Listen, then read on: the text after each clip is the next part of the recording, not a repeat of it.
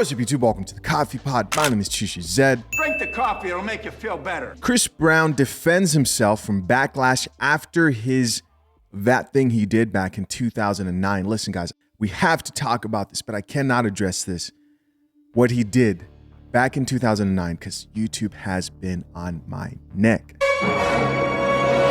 So I'm going to have to speak in code just to get around the algorithm and whatever, but that thing he did in 2009, well, he's defending himself from that thing by sharing white celebrities who also did that thing and worse things.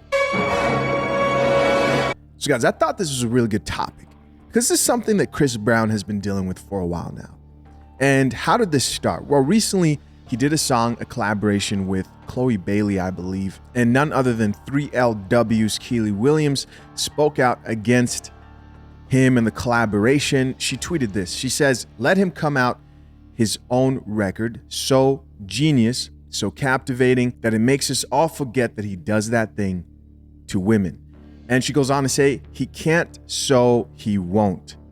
What's interesting about this is she says he does that thing to women. Ma'am, that was in 2009.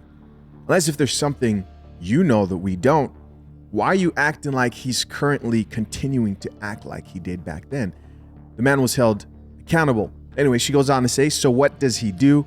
He slowly creeps back into the mainstream by getting small nods for features on black women's merit. So Ms. Williams here is just like, this guy, Chris Brown, is trying to untarnish his reputation, trying to fix his image by slowly creeping in through features of black women. And what do you guys think of that? Do you guys think that's true? Or do you think Chris Brown is talented enough to carry his own weight? She goes on to say, black women who are more talented, more worthy, talented than Chris Brown. Listen, in all honesty, I don't listen to Chris Brown. I really don't. But when I was younger, you guys remember when there's a man on the floor. If he ain't, let him know. Come on, man. More talented than Chris Brown? Every man wanted to be Chris Brown in 2009. Let's just keep it lit.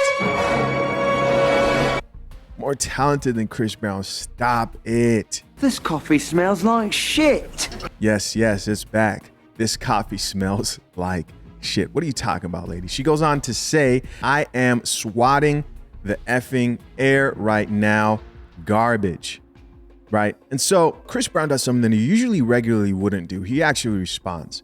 Chris never responds to this type of stuff, man, but he does. And this is what he said. He said, if y'all still hate me for a mistake I made as a 17-year-old, wow, he was 17 back then? That's crazy. Please kiss my whole entire butt. He goes on to say, I'm effing 33. I'm so tired of y'all running with this narrative.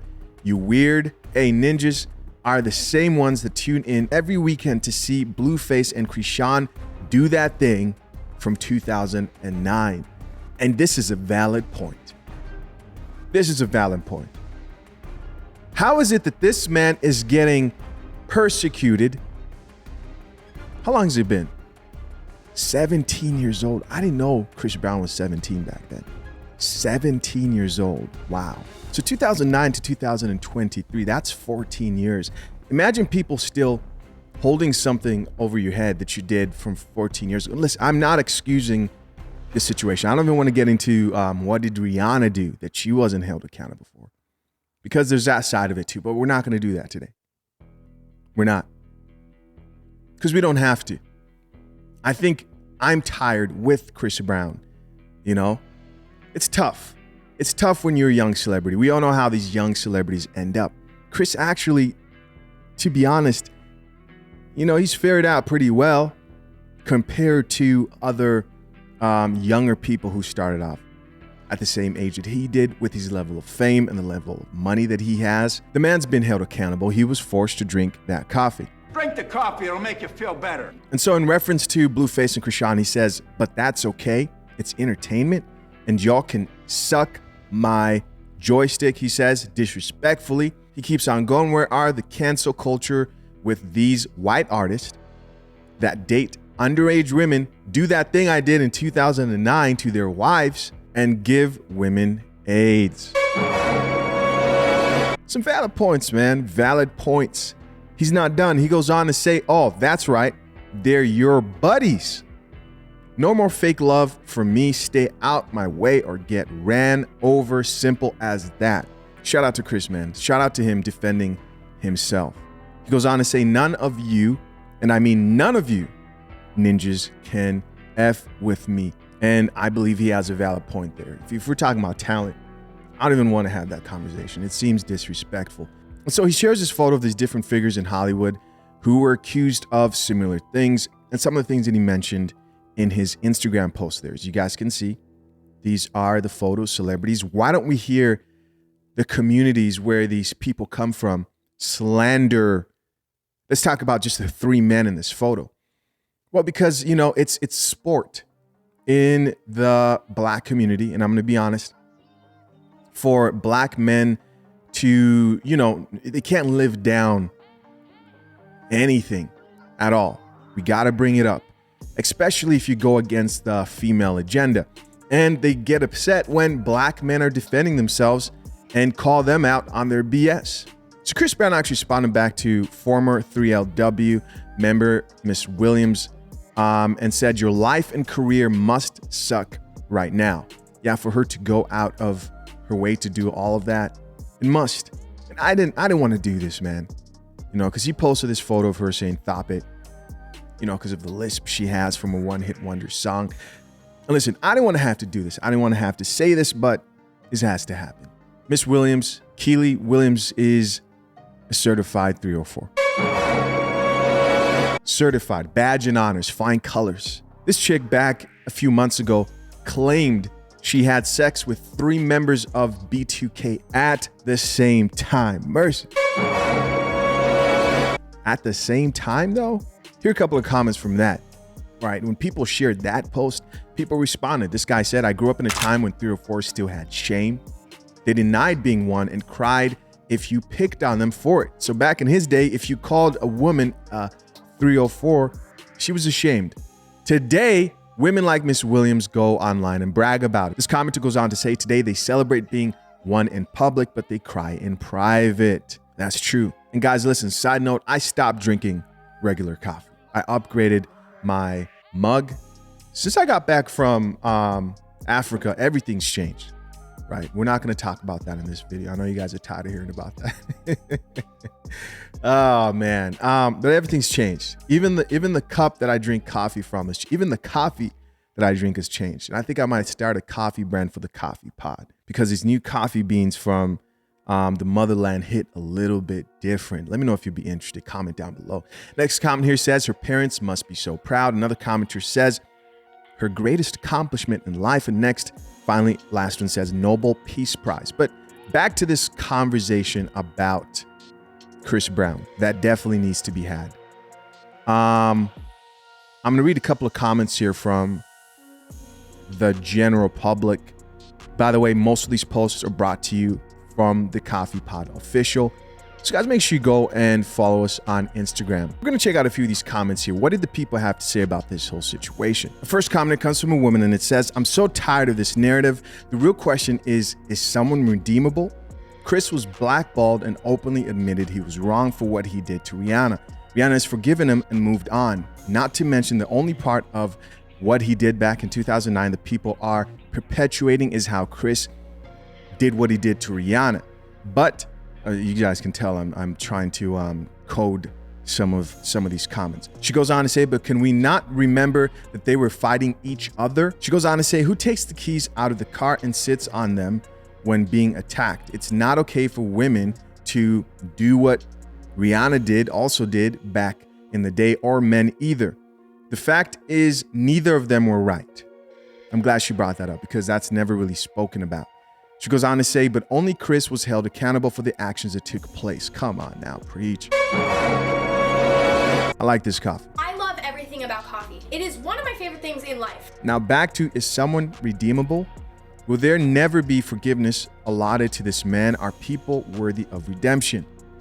These are the questions / huge issues our society is struggling with today. If Chris Brown isn't redeemable, then are you for the wrongs you've done in your life? Think about it. Yeah, it's easy to look at celebrities and judge them because their life is on a spotlight. What if you had everything you've ever done publicly in blogs online, right? Think about your own life. Next comment here from another woman says, laugh out loud, people will support Blueface and Chrisean rocks toxic love. It still came for Chris Brown on something he did more than decades ago.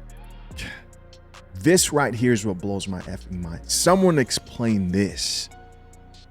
How is it that you women today will literally support? There's Shade Room will refuse to post videos of certain type of content that promotes strong masculine black men, right? They'll put you up there in dresses, or men in their feminine, right? They'll have A$AP Rocky there with Rihanna, him taking the back seat, looking like the roles are reversed.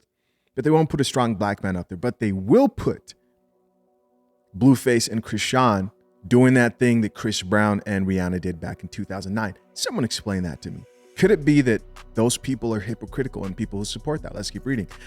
The rest goes on to say, like, why do some people feel the need to drag others down so much?